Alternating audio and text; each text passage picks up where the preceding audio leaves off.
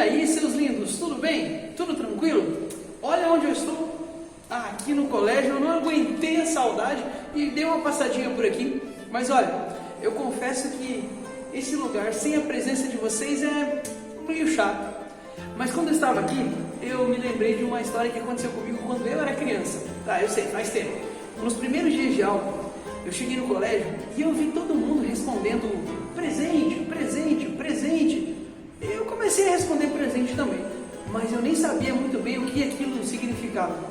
Eu achava que no final do ano, quem tivesse todos os dias em sala, de repente ia ganhar um presente da professora, um brinquedo, um livro, sei lá. Até que alguém então acabou com o meu sonho, com a minha ilusão e falou: olha, quando você fala presente, isso significa que você está presente, está relacionado com a sua presença dentro de sala de aula e não com algo que você vai ganhar. Mas enquanto eu estava aqui hoje, eu fiquei refletindo sobre isso, sabe? Quando você responde chamado, hoje eu entendo de uma forma diferente. Hoje que eu sou professor, não sou mais aluno. Quando você responde chamado e quando você fala presente, na verdade, a sua presença é um presente para todos nós, professores. Vocês fazem falta. Você faz falta. Nas próximas semanas, nos próximos dias, eu vou gravar algumas aulas aqui no colégio. Quem sabe daqui pra frente eu grave sempre aqui, não sei, vamos ver quanto tempo vai durar esse momento que nós estamos vivendo. Mas eu quero que você saiba que a sua presença é um presente para nós. Grande beijo no seu coração e vamos pra aula. Siga a correnteza da certeza de um futuro melhor. E aí, meu querido do 8º ano, tudo tranquilo com você? Tudo bem? Olha só, um novo espaço, um espaço grandão para nós podermos continuar os nossos estudos. É isso aí, galera. Vou gravar algumas aulas, não sei quantas, mas de vez em quando, ou talvez sempre, não sabemos ainda, você vai me ver aqui neste espaço, neste quadro grande, onde a gente pode continuar aí os nossos estudos neste ambiente virtual de ensino. E hoje, galera, é um dia de nós retomarmos aí, vamos fazer a nossa sessão checkmate.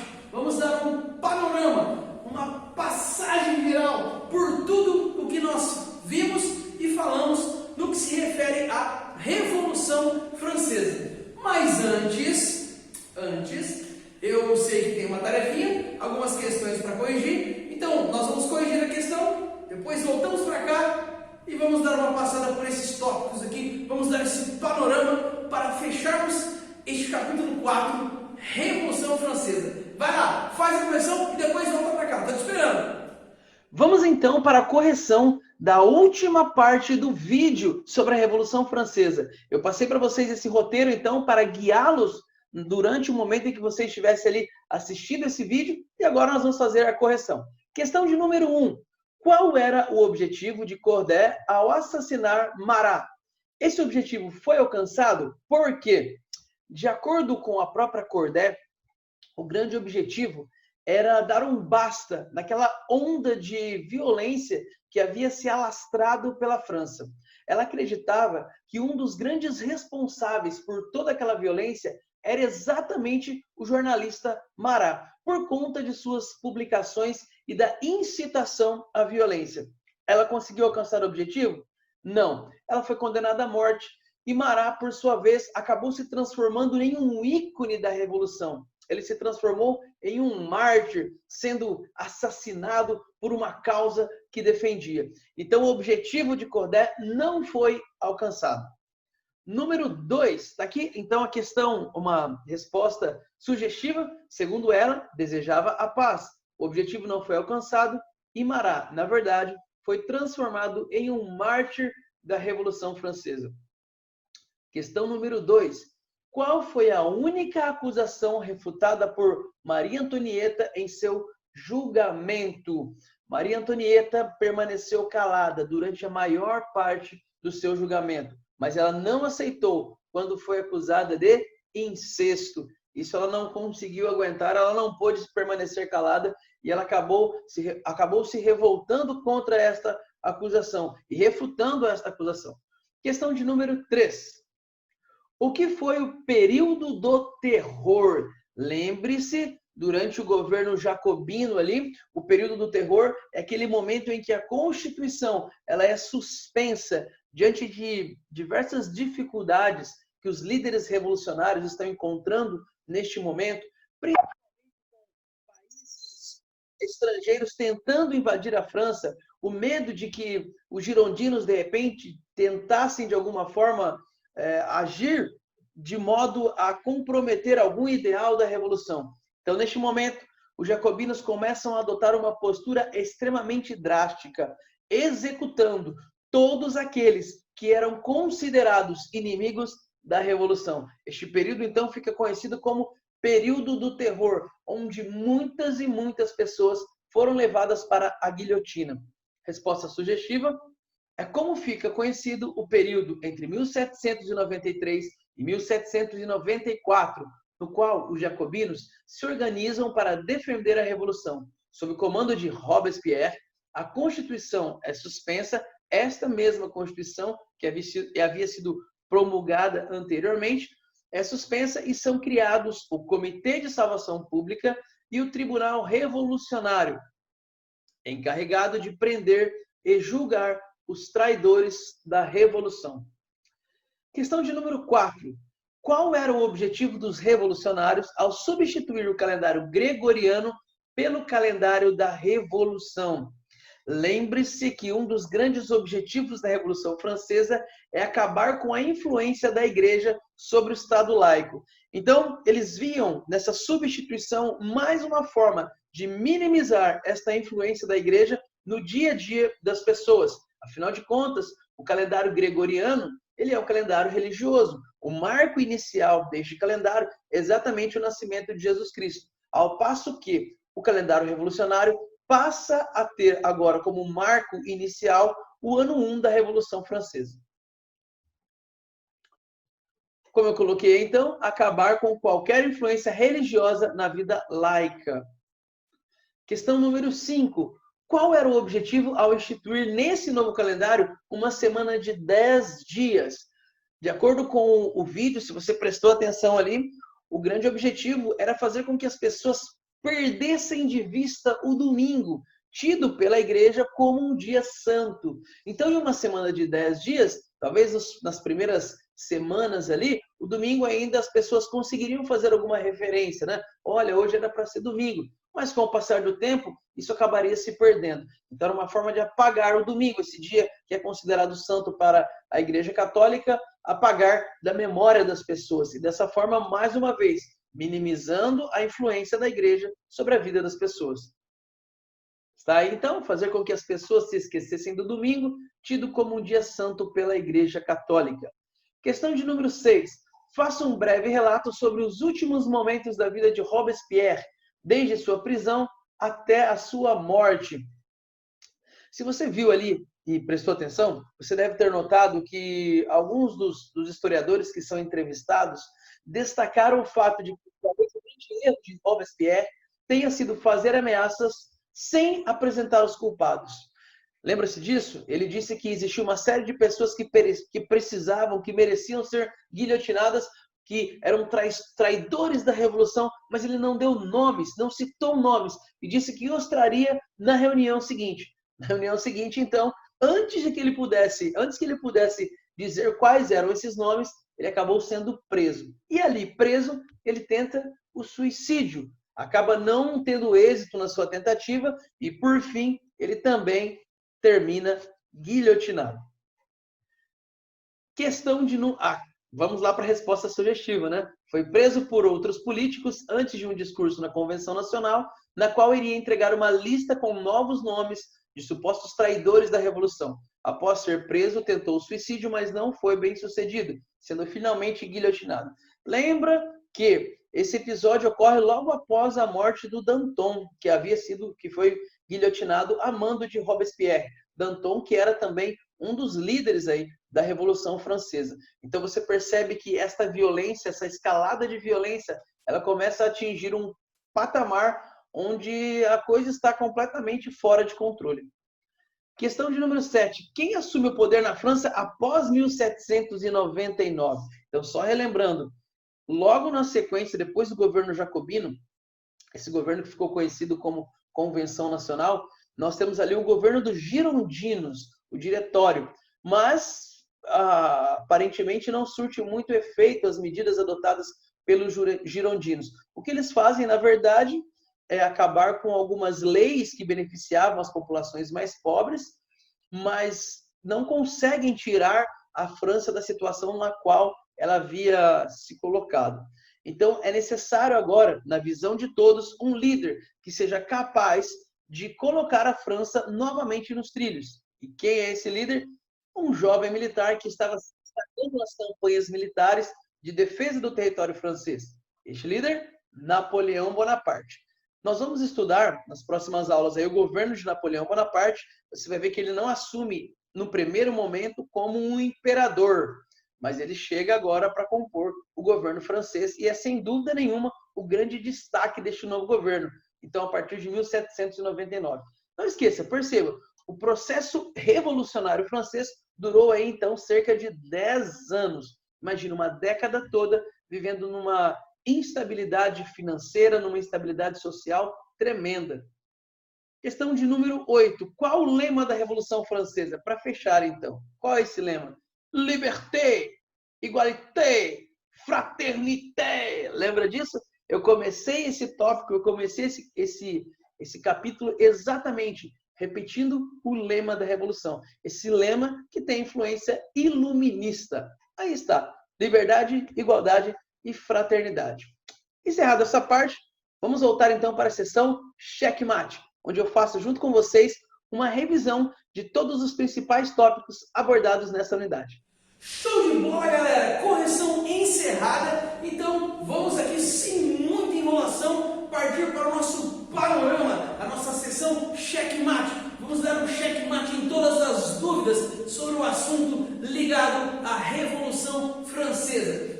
Pessoal, nós precisamos começar então sempre analisando os antecedentes. Quando falamos de Revolução Francesa, estamos falando de um processo revolucionário, como o próprio nome diz, é o momento onde você tem ali um grupo de pessoas mudando a história da França. Então, Revolução Francesa, tranquilo, né? Acontece onde? Na França. Na França é óbvio, né, professor? Revolução Francesa na França, um processo revolucionário que acontece entre os anos de 1789 até 1799. Então você percebe aí uma década de muitas turbulências dentro da França. E é importante nós destacarmos o seguinte, que a Revolução Francesa marca o fim do antigo regime. Então, se você não destacou isso aí, destaca agora. Revolução Francesa marca o fim do antigo regime dentro da França. Professor, eu não lembro muito bem, o que é antigo regime mesmo?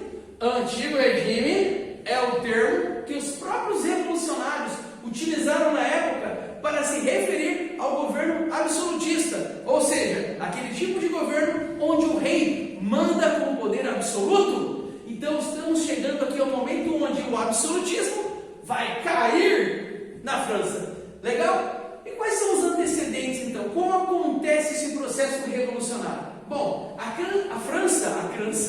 França vive neste momento uma grave crise econômica em decorrência de diversos fatores. Entre eles, eu destaquei alguns, os mais importantes. Olha só, gastos com guerras. Além de você ter gastos exagerados para manter as tropas nos campos de batalha, professor, por que a França se envolve em tantos conflitos? Você tem que parar de arrumar essas confusões. A França era uma das nações hegemônicas, ela estava disputando ali a hegemonia, o ser mais poderoso dentro da Europa, junto com a Inglaterra. Então ela sempre estava envolvida ali em diversos conflitos, exatamente contra a Inglaterra. Estes conflitos acabam por ir corroendo as finanças francesas. E além disso, para piorar, pior do que você entrar numa briga e entrar e apanhar. Não é verdade? A França entra em muitos desses confrontos e acaba sendo derrotada. E aí tem que pagar indenizações ainda por cima. Então tudo isso vai comprometendo as finanças francesas. Além do mais, uma administração muito ineficaz. Muito disso é porque diversos ministros que compunham ali o governo, na verdade eram nobres que não tinham competência para estarem ali, mas ocupavam cargos de confiança do rei. Excesso de gastos, isso aí fica bem claro em diversos momentos que nós vimos durante as nossas aulas. Festas, construções mirabolantes, e dessa maneira o que acontece? Você vai percebendo então que a economia francesa vai entrando em crise. Outro elemento que precisa ser destacado é a crise social.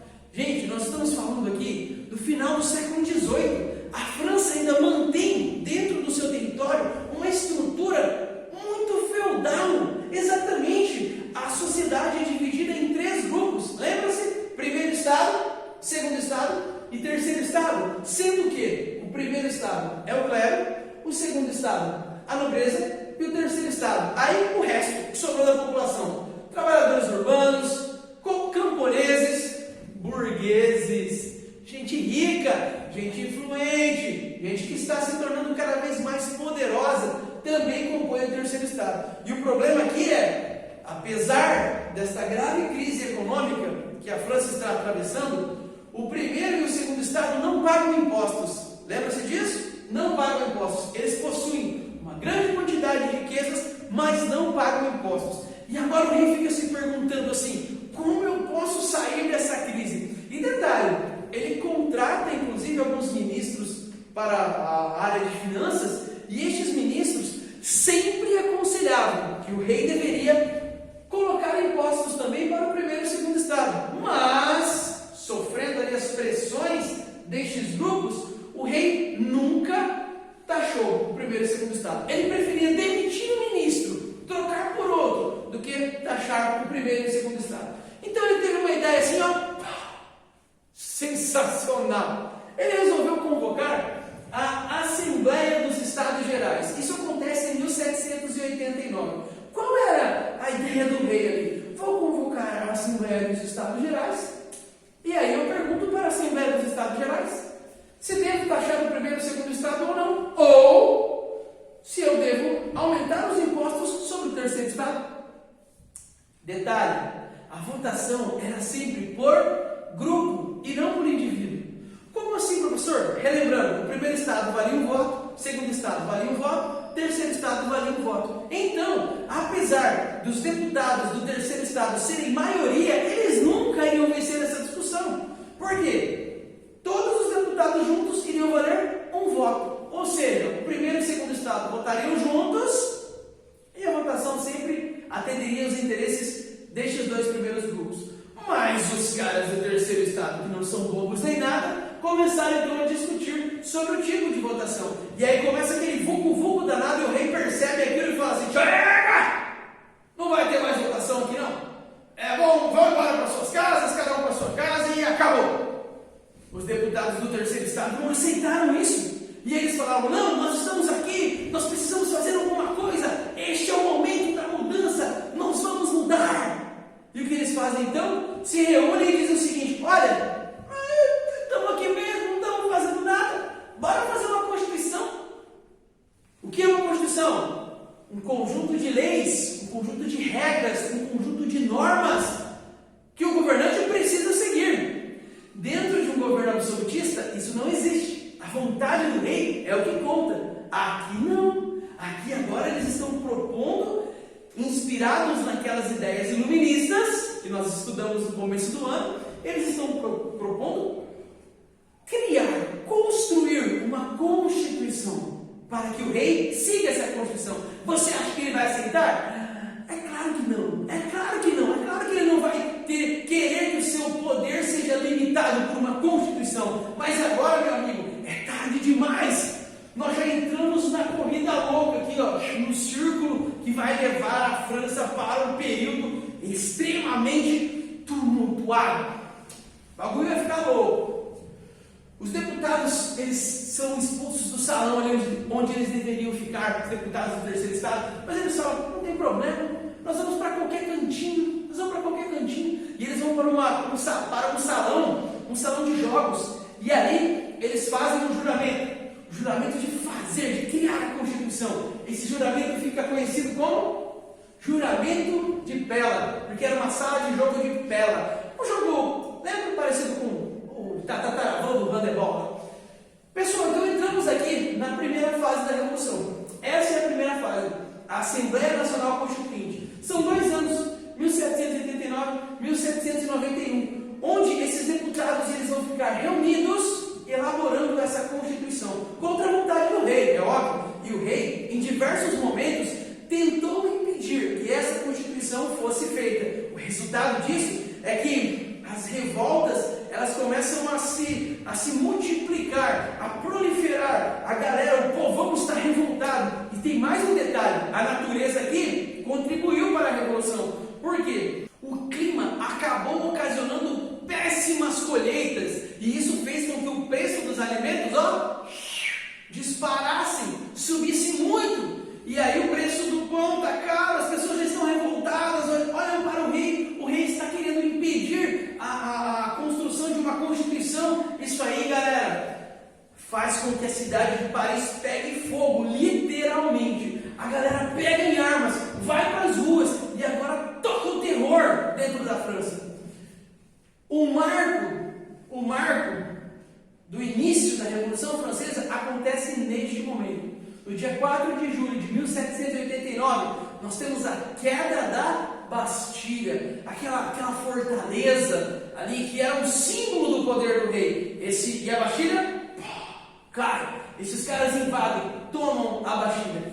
Neste momento, os deputados ali então estão reunidos, buscando criar novas leis. E logo de cara, eles acabam instituindo algumas coisas, mesmo antes da criação da nova Constituição. Olha só, o fim dos privilégios feudais, ou seja, o primeiro e o segundo estado terão de pagar impostos, direitos universais do homem e do cidadão. Você se lembra de alguns preceitos do iluminismo? Todos têm direito à liberdade, todos têm direito à vida. Então isso agora passa a ser colocado em lei, isso agora está na lei. São alguns direitos do homem e do cidadão que precisam, que devem ser respeitados. Nacionalização dos bens da igreja, ou seja, todos os bens da igreja são confiscados pelo Estado e agora passam a pertencer ao governo francês. Neste momento, o rei tenta fugir.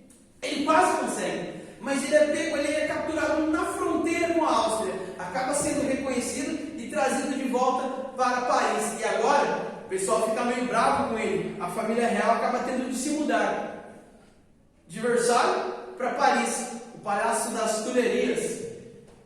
Aqui, ó, destaquei esse ponto. Chegamos então em 1791, o momento em que a monarquia nacional é instituída. Opa, falei aqui. Vou corrigir ao vivo mesmo. Olha só, é monarquia constitucional. Por favor, se você está aí junto comigo agora, se você anotou isso aí, corrige. Monarquia constitucional. Ficou lindo aqui agora desse jeito assim, ó. Monarquia constitucional. O que é isso então? A Constituição fica pronta e o rei agora deve governar. Percebam, até este ponto você não tem uma mudança no tipo de governo, de monarquia para a república, por exemplo. Não, a monarquia é mantida. Entretanto, a partir de agora, o rei deveria governar seguindo uma Constituição. É claro que ele não vai aceitar isso muito bem, né? E ele acaba entrando num processo de conspiração ali. Ele conspira junto com outros nobres que haviam conseguido fugir da França, principalmente para a Áustria, que era ali a terra da esposa do rei, a Maria Antonieta, a esposa do rei Luís XVI. Então muitos nobres haviam fugido para a Áustria, e neste momento então começa agora um processo de conspiração. A Áustria ameaça invadir a França, e aí a coisa pega fogo. Nesse momento a população agora quer a morte do rei, e o rei acaba sendo preso, o rei acaba sendo condenado por traição. Ele vai estar preso neste momento. E o governo agora passa para a Convenção Nacional. A Assembleia Nacional Constituinte agora foi substituída. Nós temos uma Convenção Nacional que é eleita pelo voto masculino. Chegamos ali em cima, meus queridos, na terceira fase da Revolução, a Convenção Nacional. Período do terror. Lembra? Aqui nós vamos entrar no governo jacobino. Preciso relembrar aqueles termos? Jacobinos, girondinos, você se lembra? Os jacobinos que se sentavam à esquerda, os girondinos que se sentavam à direita, os jacobinos que defendiam o povão, defendiam a revolução, defendiam as camadas mais humildes. Os sans-culottes, os jacobinos defendiam os sans-culottes.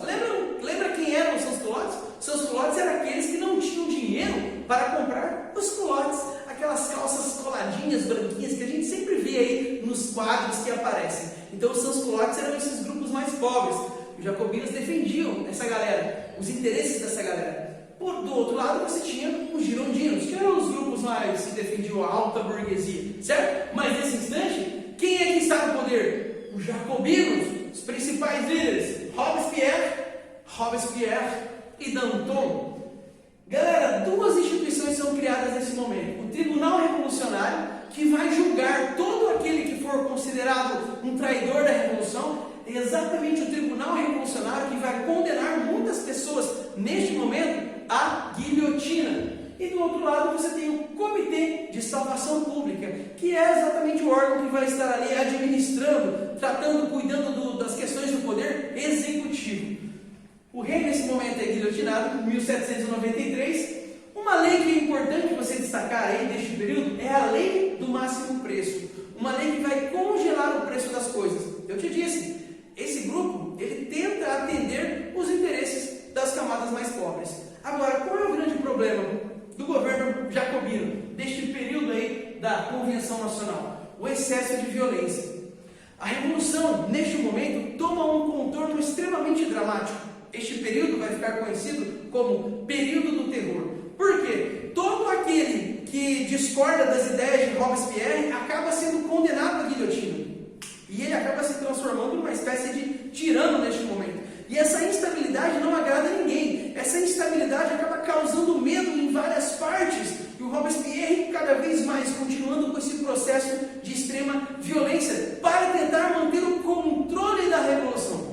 Só que aparentemente esse controle já havia sido perdido.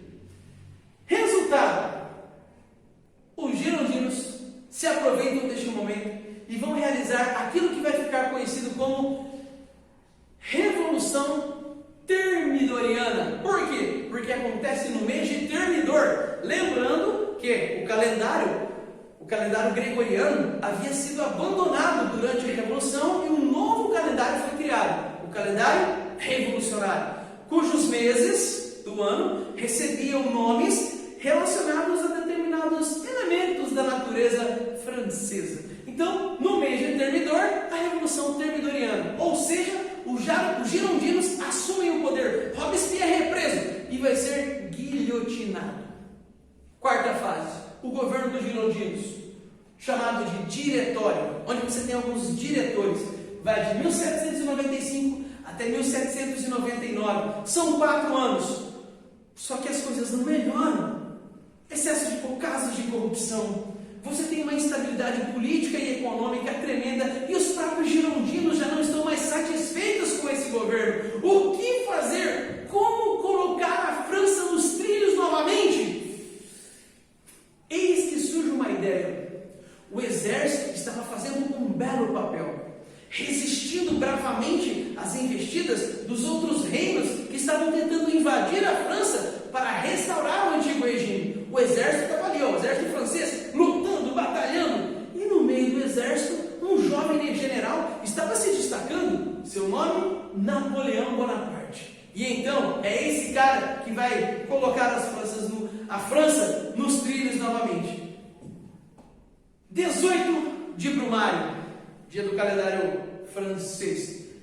Napoleão Bonaparte vai realizar um golpe com o apoio dos girondinos e vai chegar então ao poder, colocando um ponto final na Revolução Francesa. Esse episódio fica conhecido como golpe de 18 de Brumário. É a chegada do nosso Napoleãozão ao poder. E o governo do Napoleão a gente vai ver na próxima aula, beleza? Meus queridos, fechamos aqui então. Não se esqueça, tá? Lembre-se dos antecedentes e lembre-se que a Revolução Francesa vai ter a convocação da Assembleia, primeira fase, segunda fase, terceira fase, quarta fase e termina com o golpe de 18 de Brumário, onde o Napoleão Bonaparte vai chegar ao poder. Beleza? Próxima unidade, então, nós vamos conversar um pouco mais sobre o governo desse grande homem chamado Napoleão Bonaparte. Grande homem de 1,60 m, gigante. Beijo no seu coração e até lá! Novos mares, horizontes, aonde quer chegar. O que quiser, tudo alcança, basta acreditar. Novos tempos de mudança, com o pé no chão. Mergulhando nos estudos, acha a solução. O amanhã não é um mistério pra quem leva a sério. da certeza de um futuro melhor.